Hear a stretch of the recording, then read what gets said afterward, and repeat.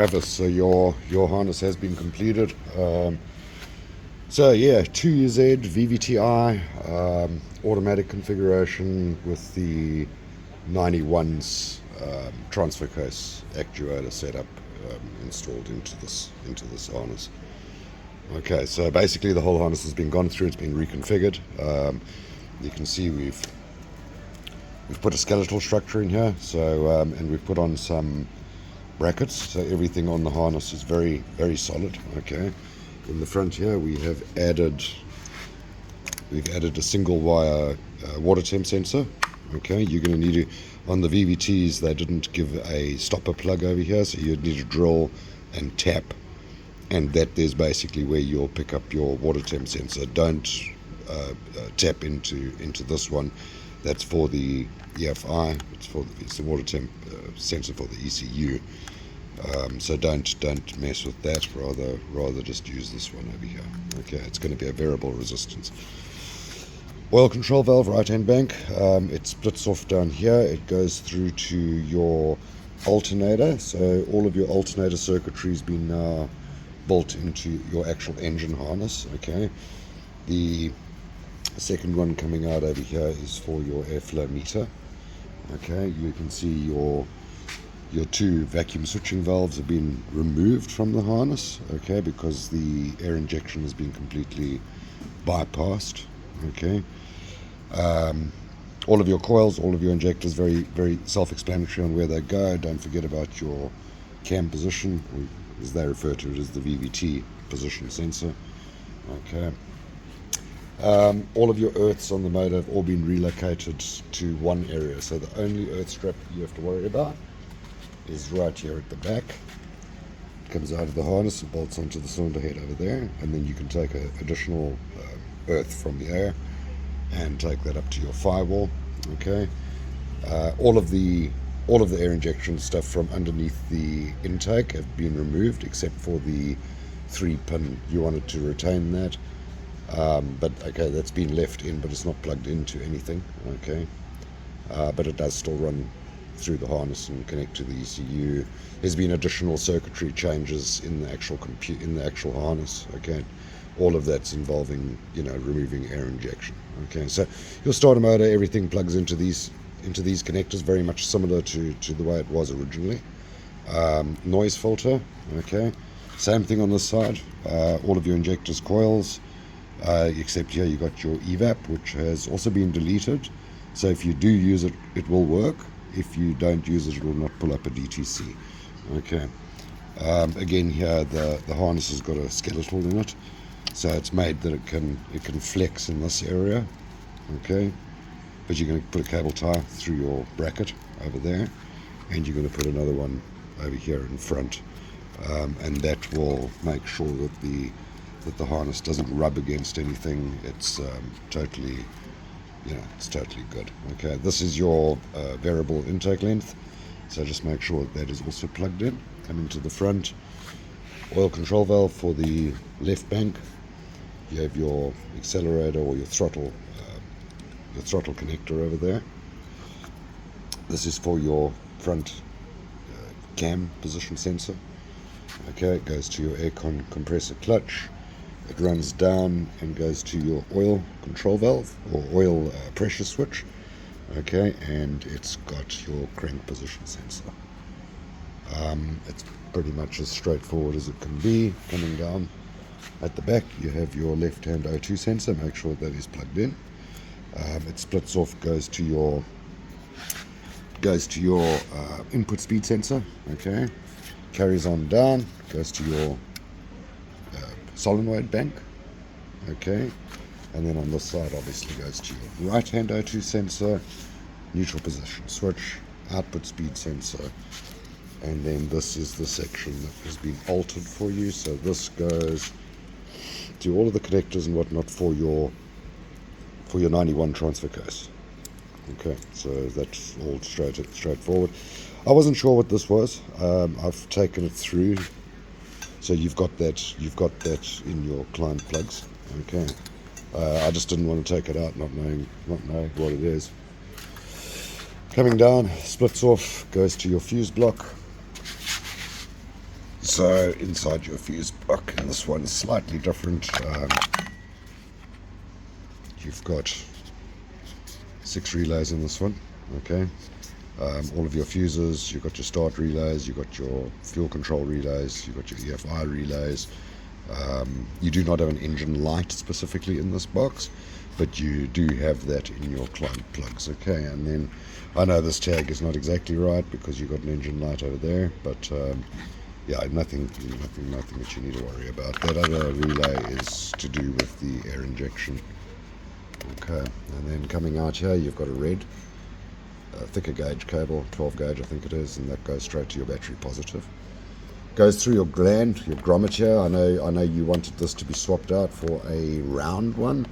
That is not possible to do unless a person literally disconnects every single one of these terminals to be able to get it through the grommet. So yeah, it's better to fabricate an adapter bracket, okay, from the round to this. I've done it in a 97, so it's not incredibly difficult to do. It's just better to do it that way. You got your 5 connectors for your ECU, so that's basically straight plug-in. This batch of connectors is everything to do with the actual running of the motor. So looks a lot more complicated than what it really is. We'll start with this 10 pin. This is your main client plug. It's your ignition, fuel start, and all the stuff for your rev counter, temperature gauge. No, hang on, this is a 9, sorry. Where are we? Got a 10 pin, there it is, it's hiding behind there. This is your 10 pin client plug. So that's to do with the starting and your instrument cluster, okay. You've got 2 fuel control systems in here. You've got that red one in the middle and you've got that blue. They are 2 separate methods of controlling your fuel system, okay. FC is basically the blue, okay. It's not a negative for the pump. It's FC as a trigger to trigger the existing system in the cruiser, okay. And the positive is a positive feed for the fuel pump. So you'll probably need to tie both of those into the IH2 connector in the Land Cruiser, okay. This one that I got confused with, this is all to do with your transfer case. So you've got documentation on where every single one of these wires go. This will all basically go into your IH2 connector. 4-pin connector, this is for your cruise control, okay. So that's completely dedicated for cruise control. You have this connector over here, which is to do with your transmission. So you've got your park, reverse, neutral drive, your overdrive. You've got all of that good stuff, and then you've got 2 additional wires in here. You've got those 2 greens on either side of that yellow. Those are 2 pass-through cables coming from the left-hand front of the motor. If you wanted to tie in, I know you mentioned there on oil that you needed a 2-pin, or your temperature that you needed a 2-pin. So those are basically run through so that you've got 2 additional conductors from the front. From the front of the vehicle, from the front of the motor, okay. 6-pin connector, this is your air injection driver, okay. You have to have that plugged in, irregardless of it being deleted. It needs to be plugged in, otherwise it will not give you full throttle. This is a little adapter plug that I've put in here. You need to keep this plugged in, okay. This just completes some of the circuitry for the air injection. Delete. Okay, and then you have this connector over here, which is to do with your accelerator pedal. So we give you a patch harness that's going to basically plug into this. It's 4 feet or 5 feet long, and on the end of that you're going to have your OBD2, and you are going to have where it plugs into your accelerator pedal. So I don't actually have a straight 6 accelerator pedal here in the shop, so I'm going to be using a GS pedal. But let's quickly. So here is your connector for your transmission, with all of the documentation on how to connect it and what to watch out for. 10-pin client plug. There it is. This is your connector for your transfer case, okay, and in here it'll tell you exactly where everything gets connected to. This is the pigtail for your cruise control, 4-pin connector for your cruise control. This is the patch harness with your 12-pin plugs into the engine harness, with the 6-pin connector that plugs into your accelerator pedal, and then your OBD2 connector. This is the injection driver. Okay, you're going to need to get one of these, and this is what you're going to plug into your engine harness. Okay, and just install it under the dash or whatever. It's just to complete that circuitry. Okay, otherwise, like I say, it's not going to go at full throttle.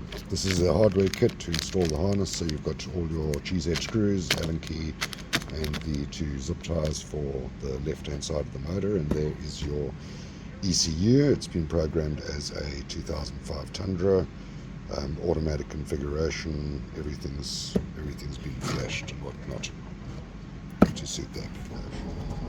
So yeah, we'll quickly plug in your ECU and plug in the airbox and whatnot, and then we'll give her a test run. Okay, so I just wanted to show you, I've plugged in your ECU.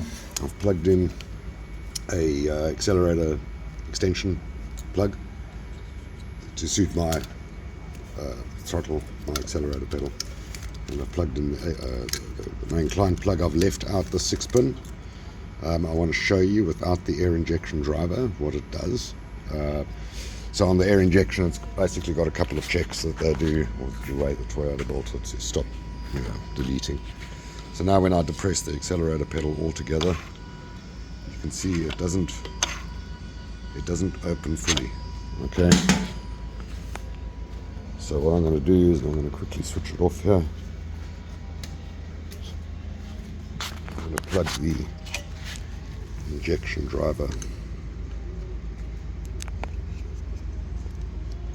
in there now, and I will switch it back on again. All the switching on and off, it's probably generated a couple of errors or codes, but yeah. So now you can see the throttle body opens fully without any kind of problem. Okay. It's definitely going to have some codes because the airflow meter is not plugged in. Let me quickly get that airbox plugged in, and then we will do a DTC scan and make sure that everything runs and whatnot nicely. Okay, so I've put on the airbox, plugged in the airflow meter. Make sure that this tube is connected to your right-hand valve cover. If that circuitry is not complete, it sucks it through here. It's part of the ventilation system. If that's not plugged in, the air going in is not going to be calculated by the ECU, and it will give you a lean run. Let's quickly, I've got a little cheap scanner here, and what we will do, just make sure that we've got proper communication. It's probably got a couple of registered DTCs because of the ignition being on with the airbox not being plugged in. So there you can see it says okay, it's got communication, and it's got a couple of DTCs there. That'll almost definitely be airflow meter and air intake temperature. So air volume, okay, and temperature. Okay, so what we'll do is just go back and we'll erase those. Okay, all cleared. Read codes.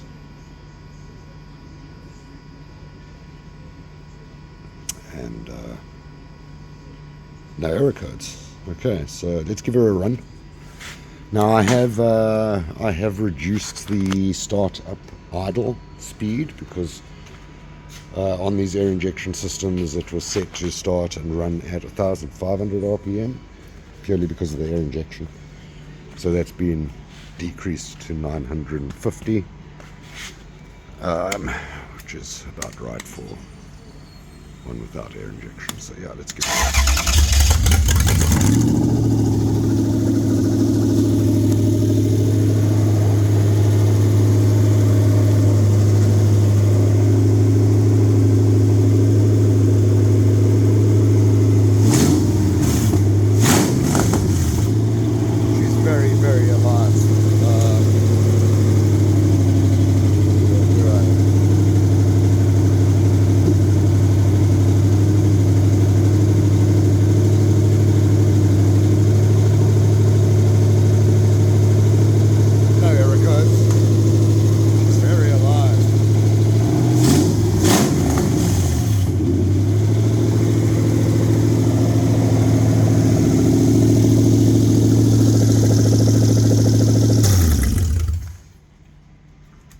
she runs real nice. She's very trigger happy. I think you're going to have a lot of fun with this one. But yeah, I hope you enjoy it. It was a lot of work, this harness, and yeah, but it's all turned out very nicely. So yeah, I hope that you enjoy it, and let me know how it goes.